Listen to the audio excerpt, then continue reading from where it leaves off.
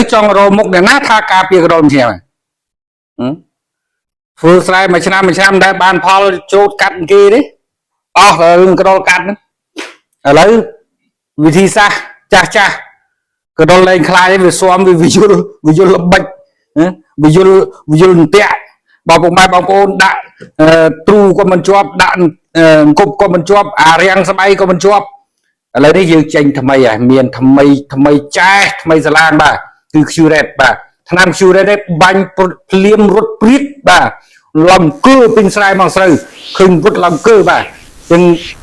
បាញ់ច្រើនកន្លែងហើយយើងបានចែកចាយទៅច្រើនខេត្តដែរហើយពុកម៉ែបងប្អូនសូមជួយទុកចិត្តលើ Qret ចុះបាទខ្លាំងណាស់បាទខ្លាំងគ្មានពីរទេបាញ់ឲ្យកណ្ដុររត់ព្រៀតមិនតែប៉ុណ្ណោះតើកើមូស្លឹកតើកើចោះរុំដើមសัตว์បមីទ្រីបណា